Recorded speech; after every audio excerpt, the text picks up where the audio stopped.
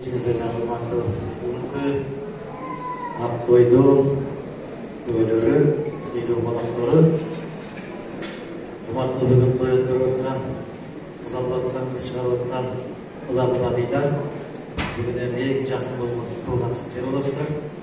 Себебі сіздердің мамилеңіздерден көп нәрсе көз қаранды, Азамат менен Айгерім қандай үйге құрып кетішін, қандай күтім болатышын, соның бары сіздерден көз қаранды.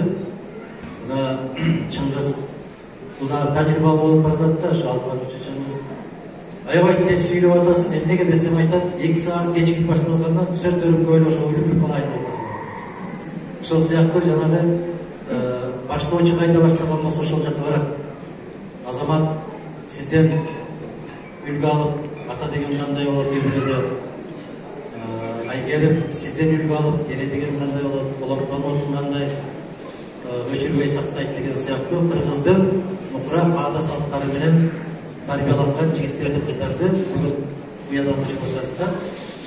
Ошол темір қанат балапандарды үйлентіп шығарған, ұшырған уақытыңыздарда қандай жақсы тілектерді тілеп отырсаңыздар, ошолдун баары кабыл болсын. Ол жерде баарыбыз отырған жақсы тілек менен келдик. Үшінші Ахметович айтқандай, Азамат да, Айгерім да сіздерге қандай қыз, қандай ұл болса, бізге андан кем емес болып қалды. Себебі неше жылдан бері мен сүйім құдаға айтып қойышым керек, құдағиға да айтып қойышымыз керек. Айгерімдің чайы болмыш чай.